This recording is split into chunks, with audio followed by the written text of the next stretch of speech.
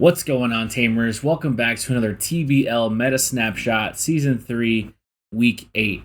So, there's a couple of things I want to say real quick. I'm very happy with the turnout.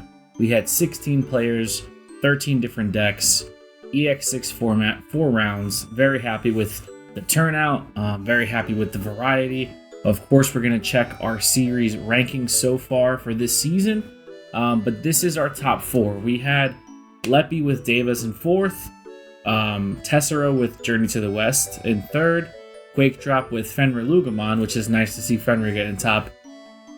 And this is where the video is going to start going south. Our first place finish was Locks with Numemon. Now, I went back and I checked the last time Numemon cracked the top here for TBL, and it was in week 4. So we went a solid 4 weeks without Numemon cracking a top. So I'm happy, but I'm also very sad because I want to see how long we could keep that streak up, and I'm just not looking forward to going over Numemon again because I really don't think it's going to be any different from what we've already gone over. I have nothing against the deck, but it's just usual suspects get boring, right? So I like seeing, well, that's neither here nor there because you play out to win, so I totally get it. But I am excited to go over the Fenrir Luga for sure because it's the first time we've seen it in a while. And Davis is a nice inclusion as well. So shout out to our top 4. Shout out to all of our participants. I really thank you guys for joining the TBLs. I know you can get all the information in the Discord, and Friday night might not be the best night for everybody, but I really do appreciate the support that we've built here with our community here at DGU, whether it's through the Discord or through online conversation or whatnot. We really do appreciate all the support. So with that being said, let's go over and check our rankings for the season up to this point. So we still have Walter and Michael up at the top, and Leppy's at 3rd, and we have a tie for 4th with Brito and Coach. So like I said, these are constantly updating with the point system. So if you guys are floating around, the top 10 and you want to make a crack at the top 5, all you really have to do is participate. There's points for every win. Obviously, the more that you win, the more points that you get. But it's not too late to climb up these rankings. So shout out to our top 4, of course. But if you're in that 6th and 7th spot, you could definitely sneak up into the top and just continue to dominate, guys. Like we really do appreciate everything.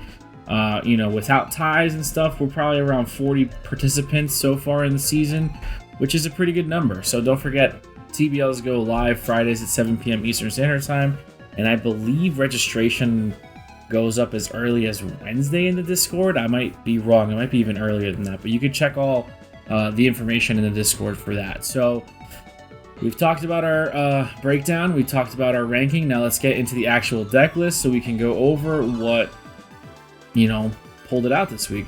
So our 4th place finish was Davis. Now, obviously, Davis is a deck that we got back in EX5 and had a little bit of a sputter, where it was kind of seeing a lot of play and then just kind of disappeared. Davis is an interesting deck to me because it skips a lot of the evolutionary line. You're essentially hard slamming your 5s on the table so you can make your level 6 aces live. With the addition of Vikemon and BT16, just another tool for this deck to use. I really do like the one-of tech here with the Baihumon. I love this card. I've liked this card for a very, very long time. And BT9 was just a great set, right? But I never felt like there was the right opportunity to use this card. Like, you tried sneaking it in Ragnarlord decks back in the day. Any type of black blocker deck, you tried sneaking this in. But I just felt like this guy was so underutilized, and he had such a very strong effect. I obviously understand the Digivolution cost of 5 is steep, but now we have a lot of reduction, we have memory gain and stuff like that, so you can mitigate all that. But if you guys aren't familiar with this card, it's a 13 cost, 13,000 DP, level 6 Digimon. It is obviously a Holy Beast or a 4 Sovereign, and its effect is when Digivolving, you can unsuspend up to 2 Digimon and or Tamers, then gain 1 memory for each of your opponent's unsuspended Digimon or Tamers. So essentially, if you want to reduce your Digivolution cost, you can go ahead and unsuspend targets on your opponent's side of the board, which is nice because essentially it's a 3-cost Digivolution at that point. And then end of turn, once per turn, for every 2 unsuspended Digimon and or Tamers your opponent has in play, trash 1 card from the top of your opponent's security. So for every 2 unsuspended. So, you know, it's essentially punishing your opponent for not playing the game and not being aggressive if they want to kind of hide behind unsuspension, because the only time you can interact with an unsuspended Digimon in combat is with Raid. So that kind of punishes your opponent. Not the greatest effect. We have seen some much stronger effects, but I still think this is a really good card. And it is a Sovereign, so it does fit on theme, and obviously you do have the Baihumon Ace as well, which this card art is sick. But I really do like that BT9 Baihumon. I am of the opinion that it's not a Deva's deck without Genai. I think this card is perfect for this deck, especially with what it does for the effect for your opponent's turn. When an opponent's level 5 or higher Digimon attacks, by suspending this Tamer, you can move one of your Digimon from the breeding area to the battle area. Why this is perfect is because this all happens in attack timing, so Genai's full effect resolves before counter timing. So basically, if you look at a scenario where you have a level 5 in raising, if your opponent swings at you with an ultimate or higher, you can suspend Genai, promote your level 5 onto the battle area, and then because it's still during the attack, and the attack hasn't resolved just yet, you can go ahead and then Counterblast Evolve, or Counterblast Digivolve, whatever you want to call it, onto that level 5 that you just promoted and get your ace play off. So I'm of the opinion that if you're playing Devas, you have to play Genai. I'd probably play 2 copies of this card. I could understand, obviously space is tight, you know, with 50 cards, but I feel like that's just the perfect synergy, right? Like, it just allows you to do things that you normally want to do anyway. It just helps you get there a little bit faster. So I definitely think Genai is a good card for this strategy. Digimon Emperor is obviously really good. Punishes a lot of Ukamon strategies, promoting there. Louis is obviously a great card too. You know, Louis for game, if you have something in raising, is perfect. It's essentially like hybrid for game adjacent, which is really good. 6 Ukamons is good for, you know, rookies, just for Digivolution search and gaining memory on your egg. You're not really utilizing your breeding area too much because you're hard slamming these guys. And I do believe you can place one. I think you could place them in the breeding area as well. End of attack 3 of your picture. No, I forget who does it, but I think I might be thinking of a different deck. Yeah, empty space in your breeding area. So on play, then you may play one Deva. Yeah, so this does go ahead and put Devas into your breeding area as long as it's empty. So you do kind of want to be careful when you start utilizing your eggs and your hatching and your just overall mechanics of the deck itself. But I really do like Devas. I think it's interesting, and I'm glad that, you know, we have Genai in this list essentially. So that's our 4th place. Onto our 3rd place deck. We have the Goku deck, is what I'm going to call it, because there's Gokumon. Now, right away, the Lunamon is interesting. It does Digivolve for free over a red egg. I totally get that. Start of your main by returning one of your Digimon to your hand, gain 2 memory. Okay. So that's not terrible because you can bounce back Digicross targets, I guess, to gain 2? Am I missing something? Is it the inheritable once per turn by placing on top? No, because it's Nightclaw or Light Fang for the inheritable, and you don't have that. I guess it's just for the effect of Digivolving over a rookie to draw, and then being able to bounce back one of your pieces. This Raijuluda is also really interesting. Handmade by paying 2 cost and placing this card as one of your legend arm traits. As one of your legend arm trait or one of your level 5 bottom Digivolution. Got it. So this does go under your Digicross targets. So this is like watered down Edamon, kind of. You can pay 2 to tuck it as a source, and then their Digimon gets at the start of turn attack, so it forces your opponent to attack. into your ace plays. Okay, I get that. That's cool. I like that. That's very nice. And you have to tuck it under level 5, right? Under your level 5. Yeah, so you have to tuck it once per turn when an effect adds to this card, gain blocker reboot. Once per turn. When this Digimon would be deleted other than by one of your effects by trashing one card of Legend Arm straight from his...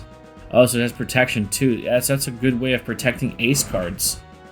Interesting. Okay, yeah, I like that. That's a really nice tech just to kind of tuck under a Digicross play, or even use it as Digicross material. Like, it doesn't even matter. You don't have to pay the 2 memory because you're Digicrossing most of the time into your level 5s and then just forcing your opponent to attack into an ace. I like that a lot. That's really nice.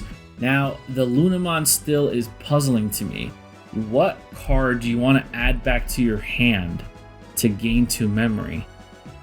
Because it's from the fields. I mean, it does... The interesting thing about Lunamon is that it does read itself. I'm pretty sure it was ruled where if Lunamon bounces itself back to the hand, it still gains the 2 memory. So maybe in a pinch, you're just Digivolving, promoting, bouncing back, gaining 2 memory, and going off that way.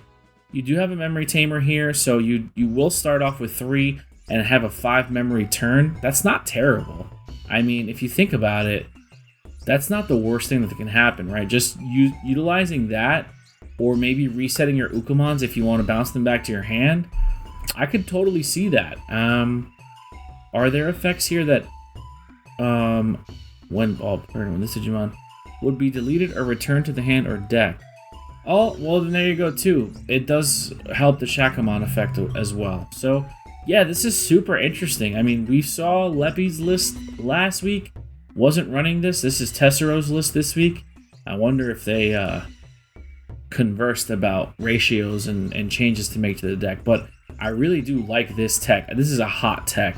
And this is a tech that you're probably going to see not just here. Like, that's just an overall good generic effect to tuck to a level 5 to force your opponent to attack into a level 6 ace play.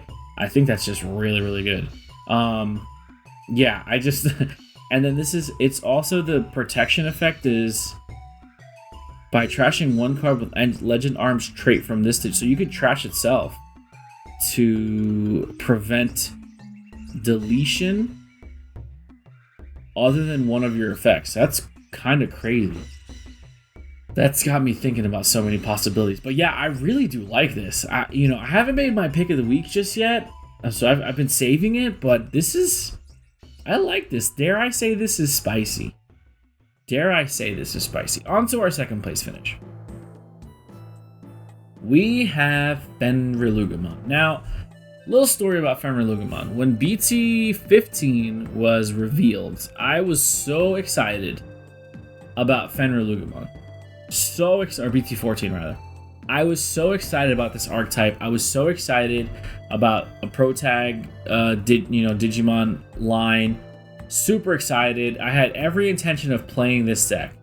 Unfortunately, I didn't get my BT14 stuff right away. Like, it took me forever to get my BT14 stuff. Like, out of the couple boxes that I bought, I was only lucky enough to pull one Fenrir, which is insane to me. But I obviously, you pull everything else. Like, I had the rookies, and I had everything else in BT14 had to offer. But I only had one Fenrir, and obviously you need at least 3 if you're brave, but you want 4. It took me forever. Like, I don't think I got my playset of Fenrir till BT15 was out, which is great. By that time, like, I just didn't even want to play the deck anymore. So I have like a weird... This is a deck that I was so interested in playing, but never actually played it. Now, I did build a version of it on the sim, and it's definitely like a high roll deck. Like, if it goes off, it's crazy what it does, but I've always been intrigued by this. I never thought about the Ukamons, though, which is crazy now that I think about it. I felt like the problem with this deck was always the rookie count, because you have your 8 now. Well, now you have your 8 Lugamons that you could use, right? But there never was that 12th rookie. Like, I tried Labramons, I tried Fascomons, I tried like other like dark animals just to fit in there. Ukamon makes so much sense, right? Like, that's what you do. If you need a 12th rookie, you play Ukamon, right? That's just crazy. But yeah, I really do like what this deck does, just climbing into your mega, like with, and then the crazy effect of keeping turn even though you push your opponent to 3 is insane. Yeah, this is just heat. Like, this whole deck is just heat. The addition of Tyrannomon from BT15 definitely helped for sure. Having an on-play search blocker that grabs a piece and a tamer is really nice. ADP is nice when you have a splash of red. I don't really think it's needed too much. There are some pretty strong options in the game. I don't think this stops... Yeah, it just stops security options. It doesn't stop security effects. So it's not like the Imperial Dramon Fighter Mode Virus that just stops all security effects. Like, this is going to still proc Tamers and still proc, like, if you have security rookies and stuff like that. But yeah, I don't think ADP is needed as much. I wonder how much ADP came up for this player in the event. I do like the Protoform because it allows you to go into your Solugar and your Fenrir for cheaper, obviously. But I like the combination of Protoform into Hellugar, because on deletion you recover, you add a piece, and then you go ahead and do the draws and all that other stuff. So it's just, I think Protoform's just a really good card. Anything that has X antibody in it. The Digimon. So I sometimes am dumb, right? So what I mean by that is, I love this card, but as soon as this card came out, my only focus was Imperial Dramon Virus. We were having a conversation in chat, and Mike brought it to my attention that Dinobimon works in Fenrir Lugermon, and I couldn't stop thinking about it. This card is so good. When you DNA Digivolve, you can play a level 5 or lower Digimon with a free trait. When Digivolving, if DNA Digivolving, why am I having trouble reading this? You may play one level 5 or lower Digimon card with the free trait from your trash without paying the cost, then one of your Digimon gains Rush for the turn. So in Digimon, you resolve as much as you can. So if you don't have a free target other than Dino B, I don't think these guys are free. They're not. So your only other free target would be Dino B or Ukamon, which is kind of crazy if you think about it. And then you give something Rush. So obviously DNA Digivolution gets around Summoning Sickness, but you can give something else on the board Rush. And this deck is notorious for spitting out just bodies, right? So yeah, this card is gross because you can go ahead and spit out all of these Fenrir Lugermon targets and then just DNA Digivolve like you would previously with Chimeramon. However, this is in color in red and purple. And it has partition if it's deleted, so you're going to spit out 2 champions anyway. It's such a good card, like on its own, that it's like it's just so good. Like, I love when things like this like happen that are good. So yeah, I mean, I feel like this is taking the place of Chimeramon very easily now. But yeah, playing the Ukamon out, like, unfortunately, this Ukamon doesn't have an on-plate. I don't think the other one does either. But your turn once per turn when one of your Digimon moves. Yeah, so you're not going to proc the effect off of it, but getting an Ukamon just on the board, establishing an Ukamon and saying to your opponent, deal with it, or I'm just going to continue to plus because Ukamon's going to accrue value as the game progresses, is kind of disgusting. Also, it being red-purple is great because it just goes up into your theme here with red-purple, and you can obviously slam Fenrir Luga over it if you need to. Not that I don't think you ever would, but it's an option. Yeah, and then of course your top end with Fenrir Luga and Death X. This Solugar is really good. I really do like this Solugar. I think the original Solugar is slightly better for the when Digivolve, mid attack, just to go up the whole chain. But again, we don't argue with results. It's just an opinion. It's not right or wrong. It's just I feel like you could probably get away with 3/3 here and maybe drop this down to 2. But then again, I don't play this deck like IRL, so I don't really have that much of a say. But yeah, this is my pick of the week. I mean, I was excited to see this in the pie chart for the top 4. I was excited to see what the breakdown was going to be. I love the Rush Black Gato. I think that's a great card. I feel like you might run into situations where you don't have enough dump, and what I mean by that is you don't have enough cards that put stuff in trash. Yeah, Analog Youth is great. Miss Memory Boost is good too, but I feel like you could probably get away with sneaking one more of these in here. Like, if this were me, I would take out the ADP and add another Miss Memory boost if it were me. And I would probably change the ratios a little bit on my ultimates, but for the most part, I think this is a 4 of. Yeah, I mean, obviously space is a thing. Like, I think this is a 4 of. I take the Fangmon out. Even though Fangmon does have really good applications, I would still take him out for the 4th Tyranno because it's a combo deck. You need your pieces. So, yeah.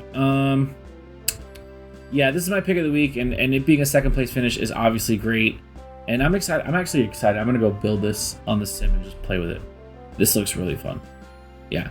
And then, of course, the moment we've all been not waiting for is going over this 1st place Numamon deck. Okay, 8 Ukamons, 5 Floodgates, Garamon, Numamon X, Edamon, Monzemon X, Monzemon Platinum. This is, yeah, okay. Ruin Mode up top, Death X up top, Venusmon up top, Valkyremon Ace, disgusting. I mean, what is there to say about this deck? I mean, we've talked about this deck a lot already, so it's like, yeah, I mean, I don't see anything different. I feel like this is just copy-paste. Like, you're just gonna play this. It's a great deck. Obviously, it performs well. Yeah, so you can, I mean, I know this interaction, a lot of people have been talking about this interaction here with Edamon and Valkyremon, just forcing your opponent to attack. Like, even slamming Edamon on a table for 7 is not terrible because you're negging something 3k and then you're forcing something to attack. So if they have 2 bodies on the board, like if they have a rookie and an ultimate, you just kill their rookie, force their ultimate to attack, and then Valkyremon comes out. Valkyremon is minus AKDP and then security attack +1. Like, this is disgusting. On their turn, so it's free. Yeah, it's gross. Yeah. Solid. And then Ruin Mode. Ruin Mode is Ruin Mode. This Monzemon, like, this is like the $15 one from RBO1. Yeah. What does this guy even do? On play, by placing 1 Digimon card with Numamon and its name from your trash as a Digimon body to illustrate to memory. Okay, so. Okay. So it's a 5 play for 5. On play when Digivolving, one of your opponents gets minus 3,000 and security attack -1. And then while this Digimon has Monzemon or Numamon in it, security +1. Yikes. So Monzemon for 5, Digivolve for free. Security attack +1, minus 3k. And then you tuck. This is treated as Numamon, I believe. Yep. So you can tuck. Yeah, gross. Okay, yeah, I mean, it is what it is, right? It's got the 1st place finish. I challenge you guys to dethrone this guy next week. Let's see if we can see a brand new top 4. Like, I feel like we've had 2 weeks in a row of Journey to the West. Yeah, we had that 2 weeks in a row, so let's try to get a brand new top 4. Like, I want to see, where's all my Ragna players at? Like, EX6 is out. Like, let me see a Ragna in the top 4. Like, I would love to, spoiler alert, if you play Ragna and you top 4, you're automatically gonna be the pick of the week. Like, it is what it is. Like, that deck is, I think that deck is awesome. It might not be the best, but I think it's awesome. Probably gonna get shit on so much for saying that, but I like to play fun decks, and most of them are bad, but that's just me. Well, anyway, with that being said, we're gonna get on out of here. I hope you guys are enjoying the season so far. I cannot wait to go over the decks for next week, but until then, we will see you in the next video. Peace out.